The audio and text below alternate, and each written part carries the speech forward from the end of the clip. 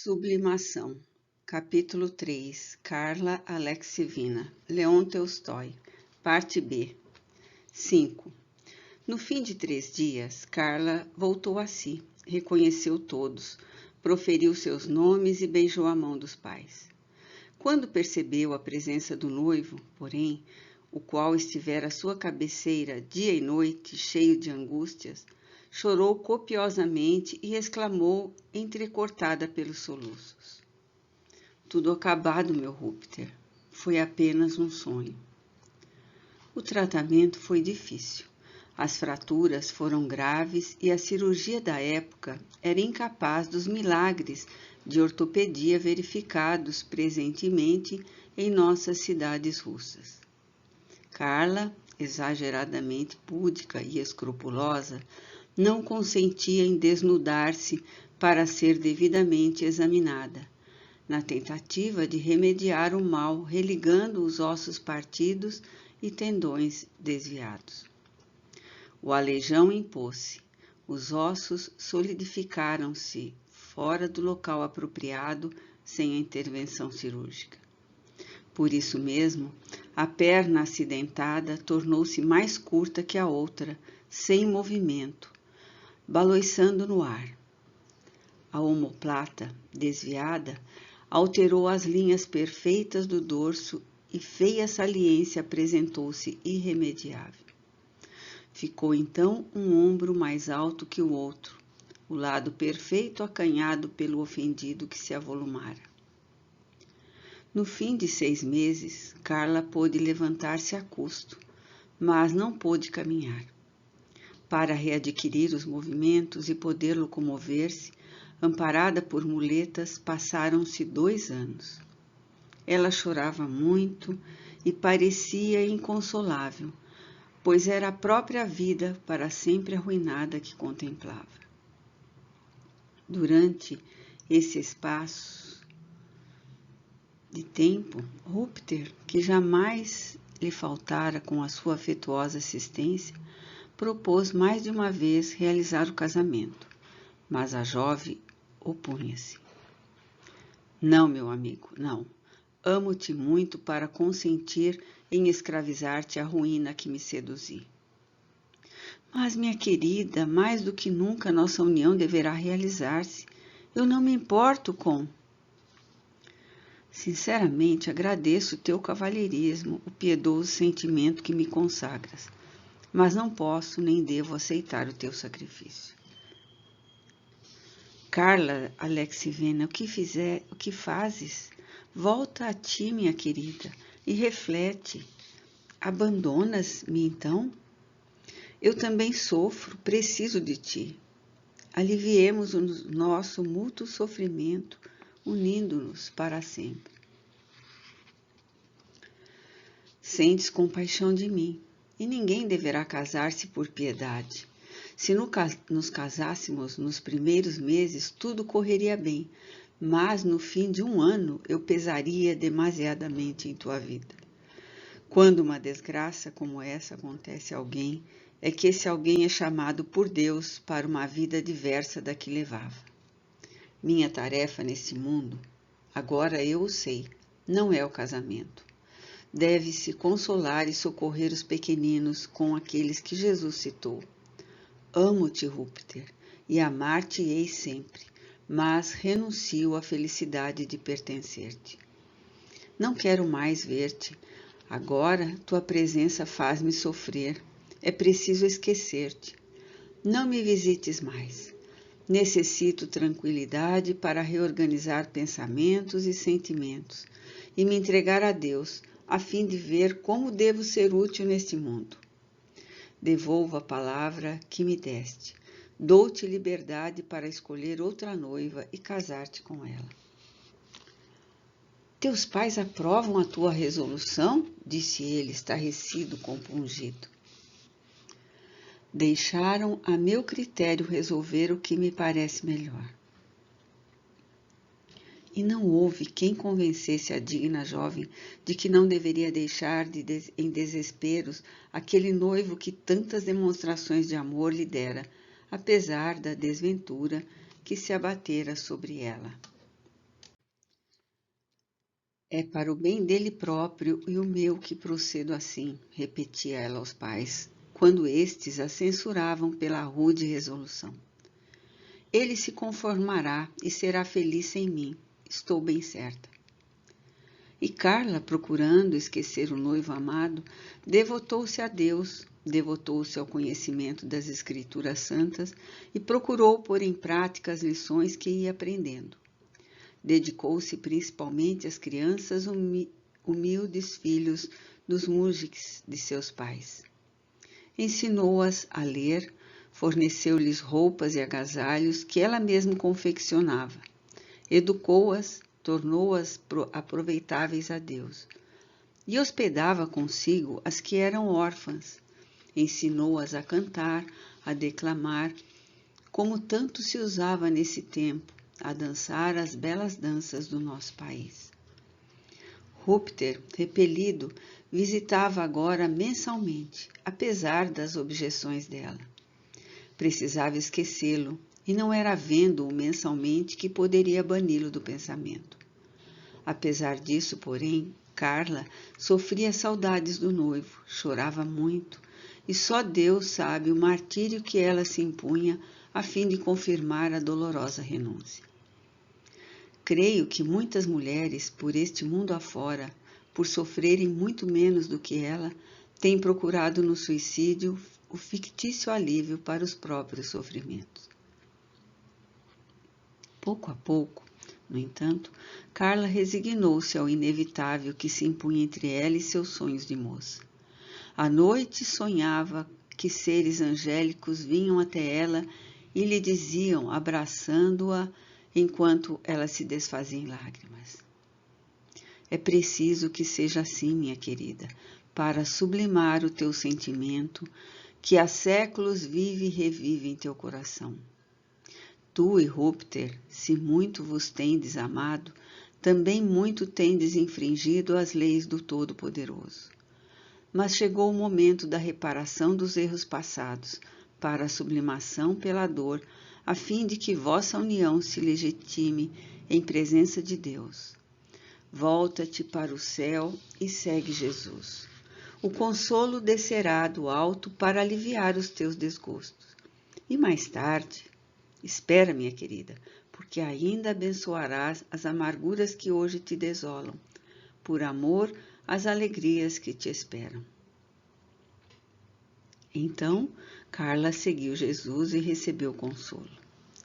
Uma das tarefas que se impusera foi proteger noivos pobres para que pudessem realizar os intentos do matrimônio. Para isso, procurava trabalho para os varões, oferecia enxovais às noivas, preparava-as moralmente para o grande compromisso de mães de família. 5 anos depois da sua renúncia a Rupter, por uma tarde nevoenta de outono, quando os lilazes do jardim agonizavam, dobrando-se sob o peso das galhas, aquele noivo inesquecível visitou-a mais uma vez, levando-lhe uma abraçada de rosas, as últimas da estação, obtidas nos jardins da mansão que deveria ter sido dela. Carla Alexievna recebeu, aceitou as rosas e agradeceu-lhes, e convidou-o a sentar e tomar chá com biscoitos de nata e mel. Rupert sentou-se ao seu lado, ao pé da estufa, como sempre, e no desenrolar da conversação explicou o motivo da visita. O homem precisa casar-se, Carla. Tu me abandonaste, dando-me liberdade para contrair matrimônio com outra mulher. Muito bem, lembro-me disso. Fiz o que devia fazer. Mas seu coração tremia ansioso. Olhava furtivamente o visitante. Nunca se lhe parecera mais belo, com o seu porte majestoso, o seu casaco bem talhado, as costeletas avançando para o meio das faces. Ele prosseguiu e ela ouviu.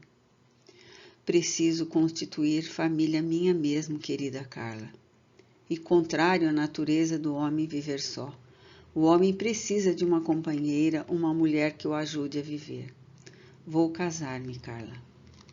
Ela emocionou-se até a mais oculta fibra do seu coração, mas respondeu: Fazes bem, meu amigo, compreendo. Não queres saber com quem me caso? Seja quem for a noiva, deve ser digna de ti. Bem, é a tua amiga, Alina Vassilievna. Assim ficarei mais perto de ti. E casou-se. Carla sofreu, chorou a sós consigo mesma e com Deus, mas quando o cortejo nupcial passou por sua casa, a caminho da catedral, ela mostrou-se indiferente e continuou a bordar, contando histórias às crianças que a rodeavam.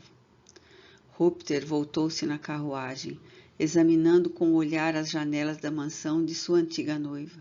Permaneciam fechadas. Carla não se dignara assomar à janela a fim de vê-lo passar. 6. Durante 25 anos a vida não se alterou para Carla Alexievna. Continuou a bordar, a tecer meias e blusas de lã para o inverno, a rezar, a dirigir, sentada em sua poltrona, os bens que possuía, a criar filhos alheios, a educá-los e instruí-los. Durante esse longo espaço de tempo, morreram os seus pais, e ela, mais do que nunca, sentiu-se triste.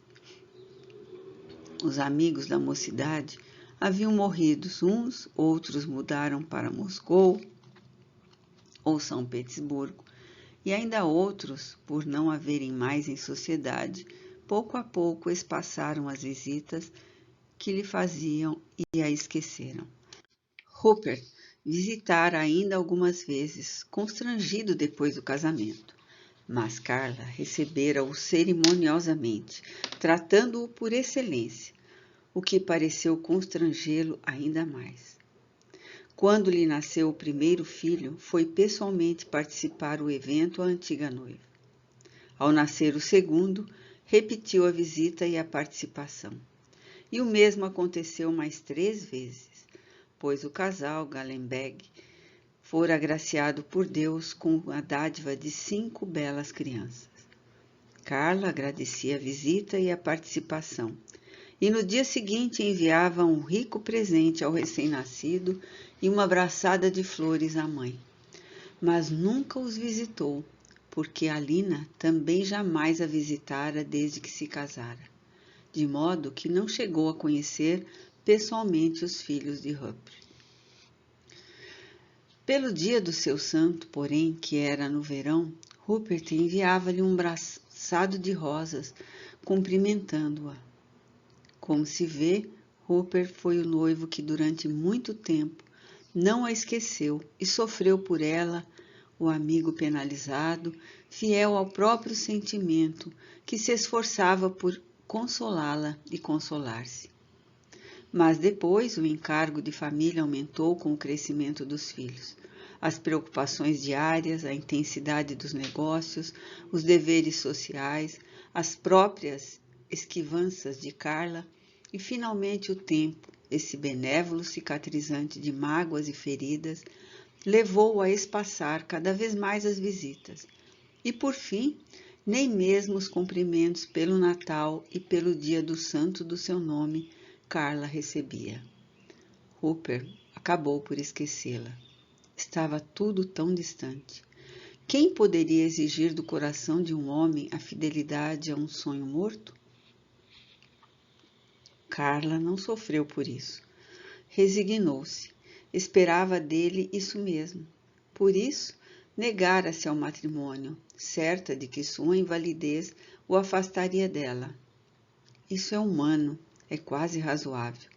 E continuou, como sempre, no seu fiel posto de proteção aos pequeninos, servindo a Jesus Cristo na pessoa do seu próprio sofredor e humilde.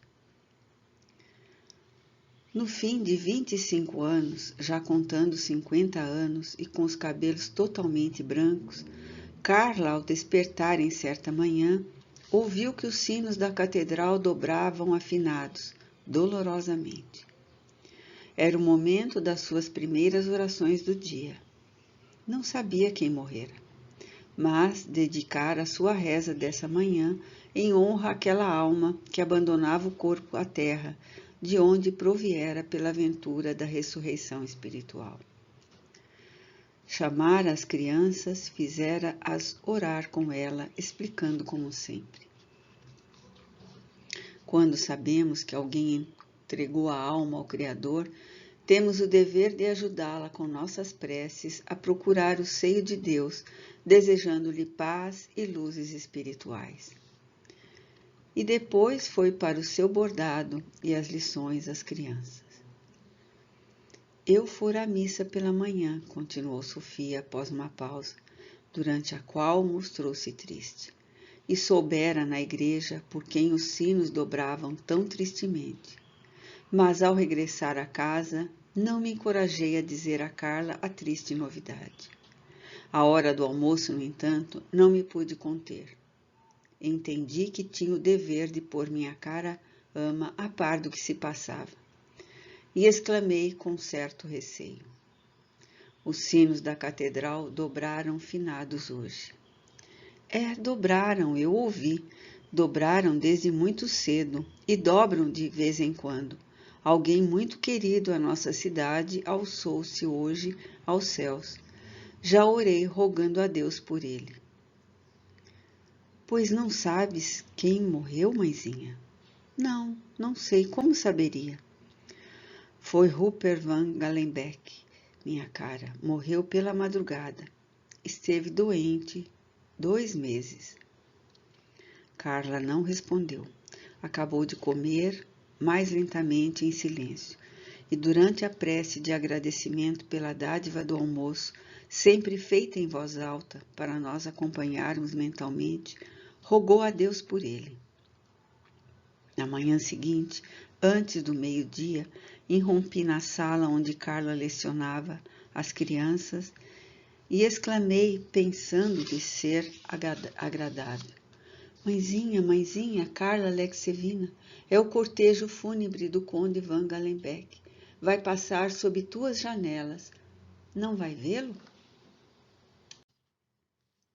Mas Carla não respondeu. Pôs-se, porém, de pé, dificultosamente, amparando-se as muletas. Tive de ajudá-la. Assim, de pé, cruzou as mãos em atitude de prece e orou. A alma concentrada diante de Deus, prestando a última homenagem terrena àquele a quem tanto soubera amar, em silêncio durante 25 anos de pesar e saudades. Depois sentou-se e continuou a aula para suas crianças, anjos que a amparavam na solidão que tem sido a sua vida. O cortejo havia passado. E assim tem sido, meninos, até o dia de hoje. Aqui, para o relatório de Sofia, dedicado à governanta de minha tia-avó Carla, estava, banhada em lágrimas. Iosif Zakharovich continuava lendo o livro. O vento soprava forte lá fora. Caiu uma tempestade de granizo anunciando as primeiras neves e as árvores retorciam-se açoitadas pela ventania. Confesso, então, que eu muito pouco compreendi do relatório de Sofia.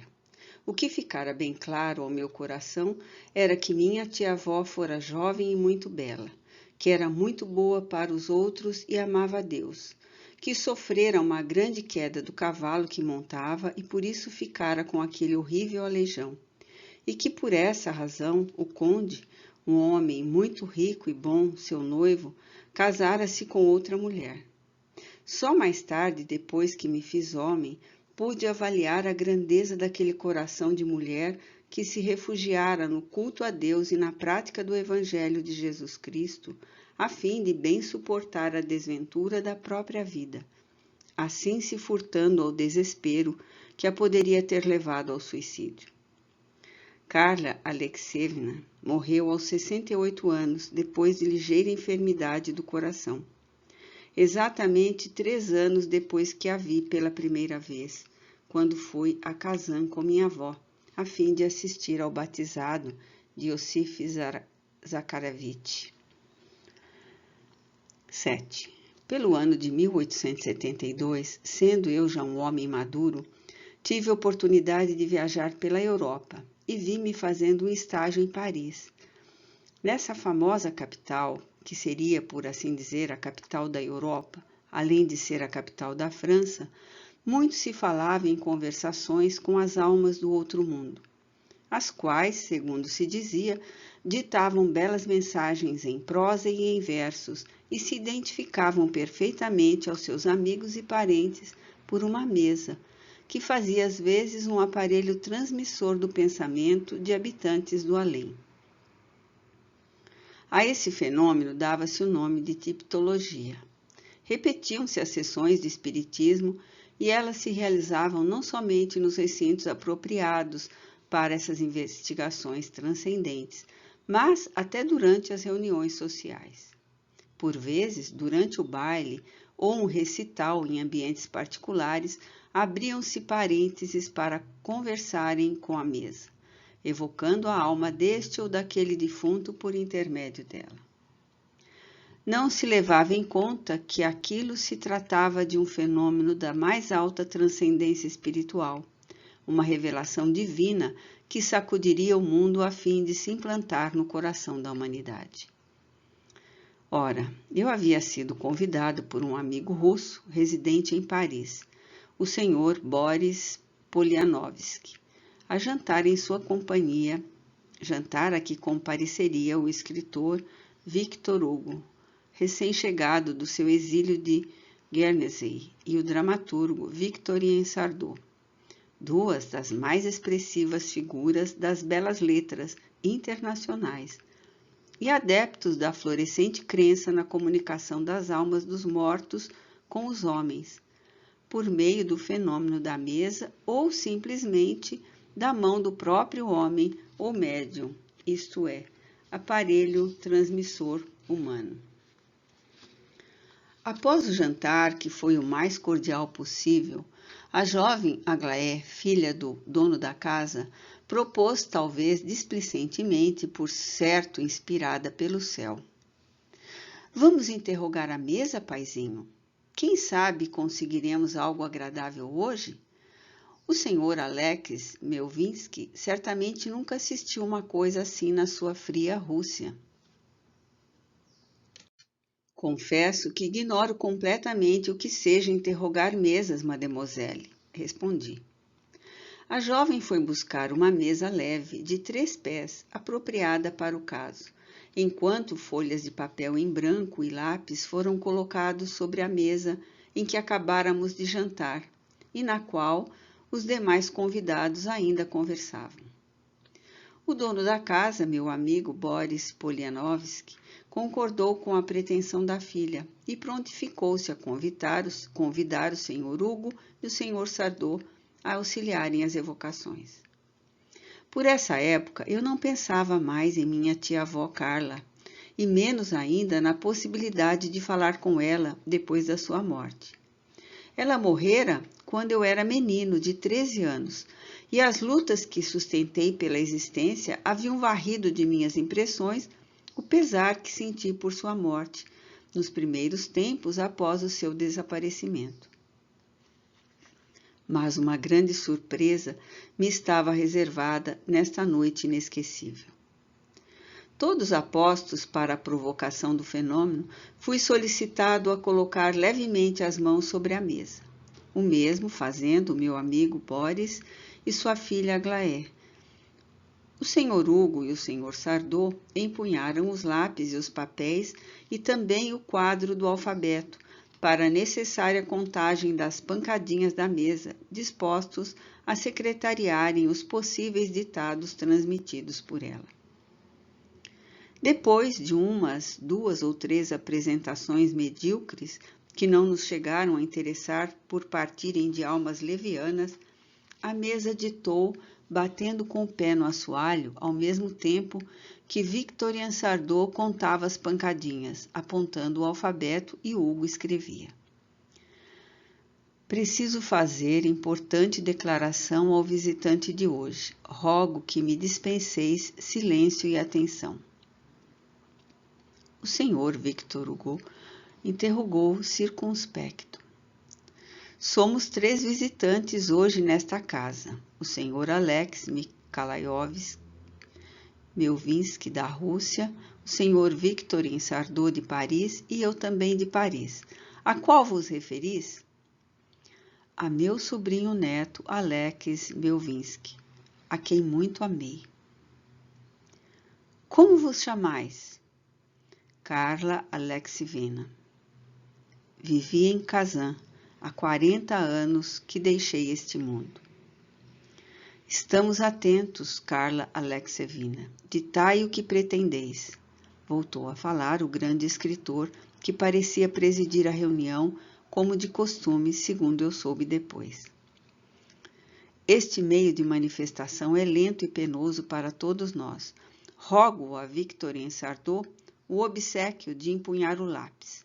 Escreverei servindo-me de sua mão. É mais cômodo. Minha emoção era profunda.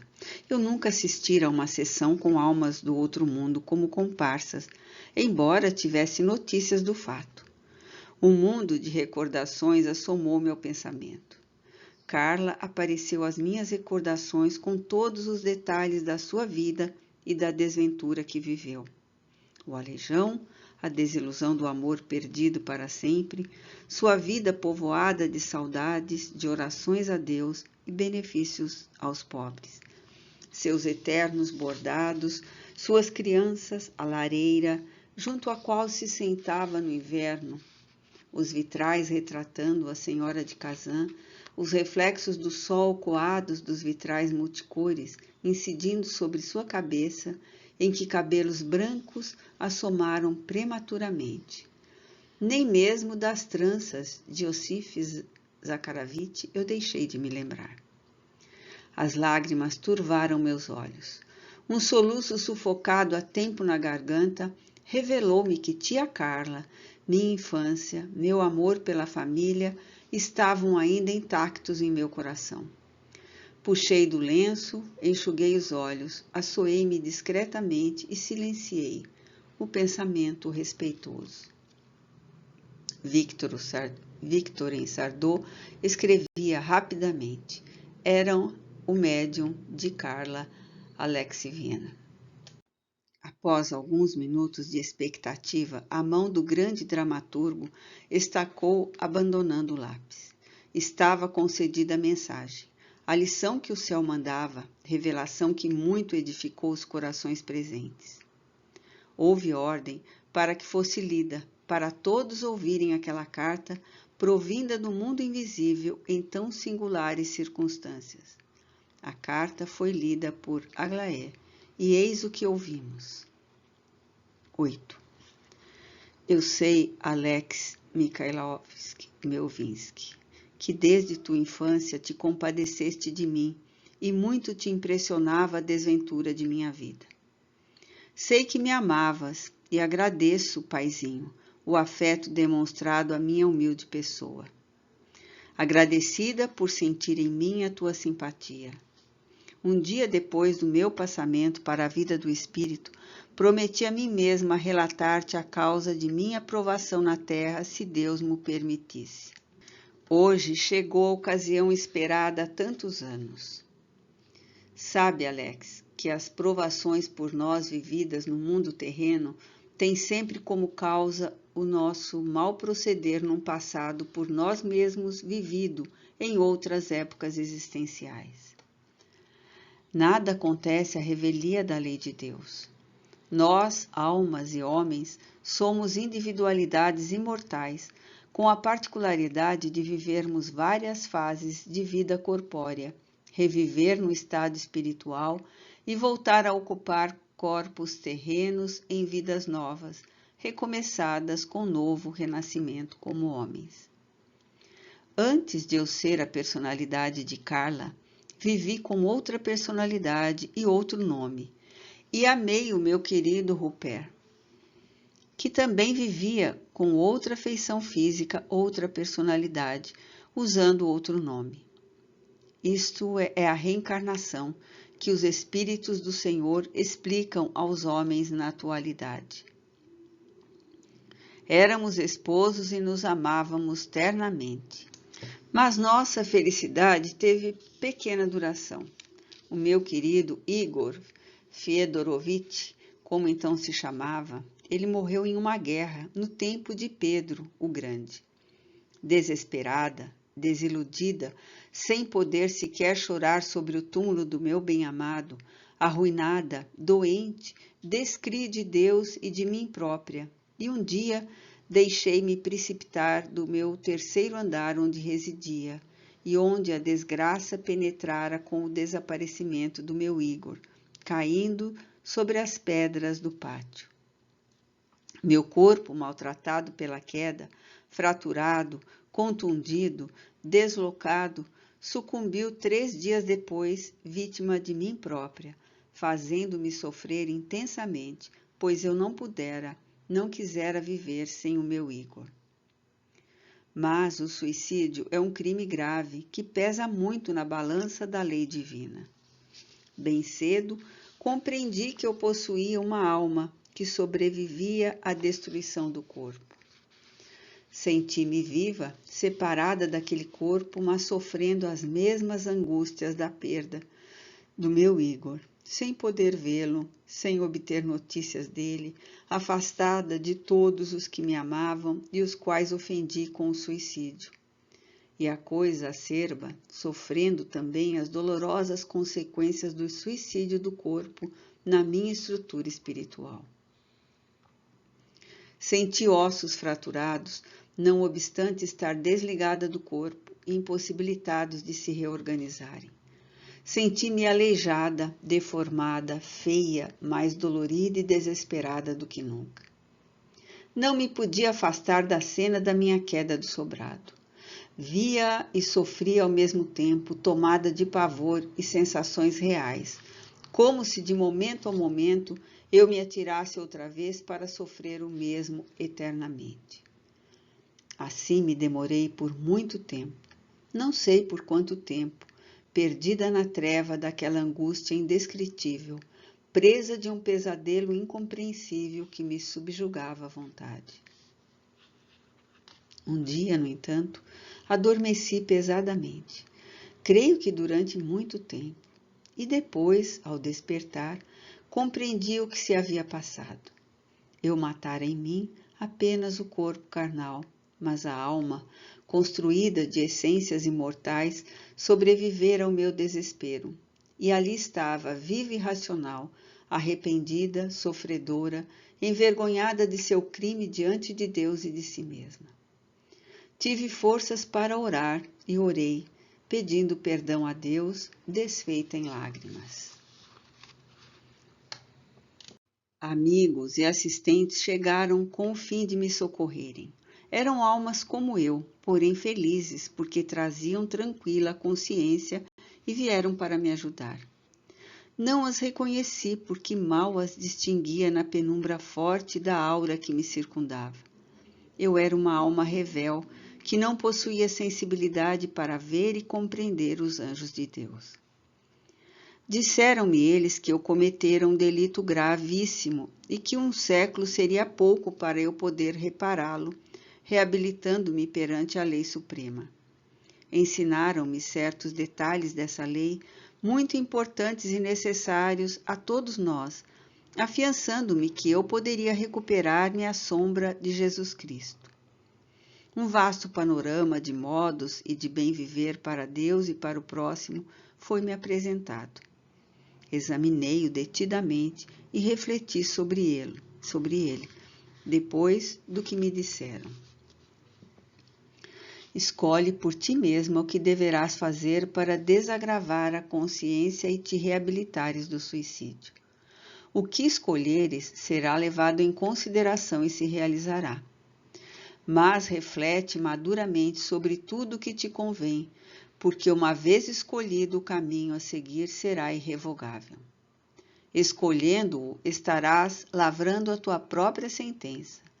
Se tivesses força para infringir a lei de Deus, também a conseguirás para te reabilitares do opróbrio e a esta haver infringido.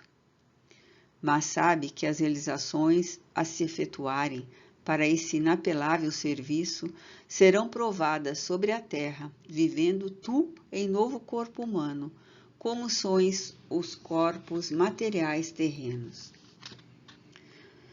Meditei profundamente sobre essas advertências. Depois de algum tempo de profundas e penosas meditações, cheguei à conclusão de que me competia o seguinte: eu infringira gravemente a lei de Deus, matando-me porque não me conformara em viver sem o meu Igor, que morrera no campo de batalha. Ora, eu devia então reparar a minha falta, provando a mim mesma o meu arrependimento por aquele ato cometido, resignando-me a viver sem Igor depois de, novamente, em existência nova, tê-lo amado. Jesus me daria amparo e consolo para que saísse vitoriosa desse terrível testemunho. Apresentada minha petição aos assistentes que me serviam, foi ela aprovada e considerada correta, coerente com a lei suprema. Mostraram-me então Igor pela primeira vez depois de muitos anos, depois que ele tombara no campo de batalha. Ele voltara à terra em existência renovada e contava 2 anos. Vi-o brincar no terraço da mansão de seus pais, sob os cuidados de uma governanta. Era de família nobre e agora chamava-se Rupert van Galenbeck. Reconheci-o imediatamente como meu amado Igor Fyodorovitch, não obstante a diferença da indumentária carnal humana. Senti em minha alma reviver a antiga chama do amor que lhe consagrara antes, e minha alegria foi imensa ao reconhecer que nosso amor não se extinguira, antes seria revivido, porventura, mais sublime do que fora outrora. Não te esqueças, amada Carla, de que te separarás dele na próxima existência terrena. O teu testemunho implica a necessidade de resignação ante a ausência dele em tua vida. Lembraram a tempo os meus assistentes.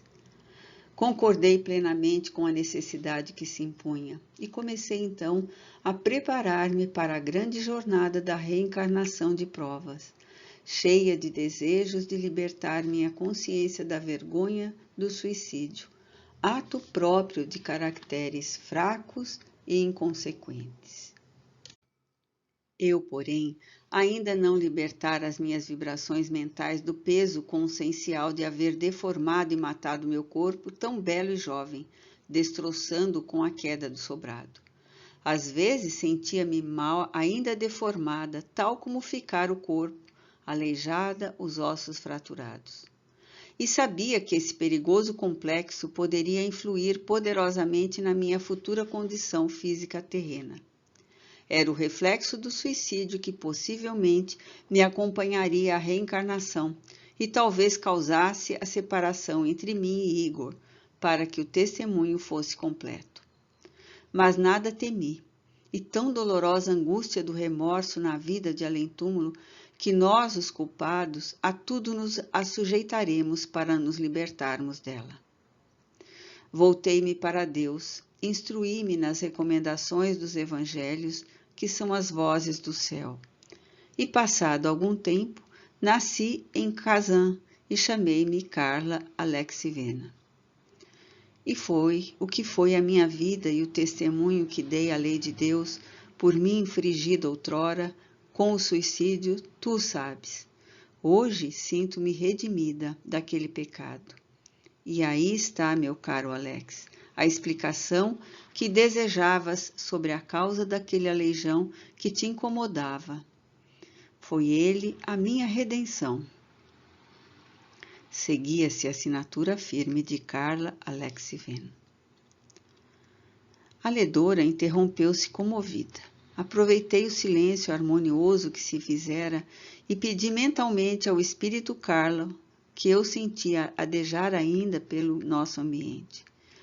Dize, querida tia, se possível, e hoje estás junto do conde Rupert van Galenbeck? Reencontraste-o na vida do além? Esse esclarecimento será muito importante, muito significativo para todos nós que também temos visto morrer os nossos entes amados. Passado alguns poucos instantes, a mão de Victorien Sardou agitou-se novamente, tomou do lápis e traçou o seguinte: Resta-me dizer que hoje sou feliz aqui junto do meu Rupert, o meu Igor de outros tempos, a quem muito e muito tenho amado. Estamos unidos para sempre, sob as bênçãos da lei suprema, porque nos amamos espiritualmente. Porventura, ainda mais ternamente do que em vidas passadas sobre a terra.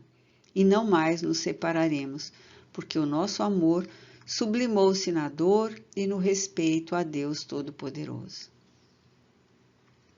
9. Faz muitos anos que tudo isso se passou, há mais de um século. No entanto, ainda hoje, quando me lembro de Carla e daquela sessão em casa de meu amigo Boris Polianovski, em presença do Sr. Victor Hugo e do Sr. Victorien Sardou, meus olhos enchem-se de lágrimas.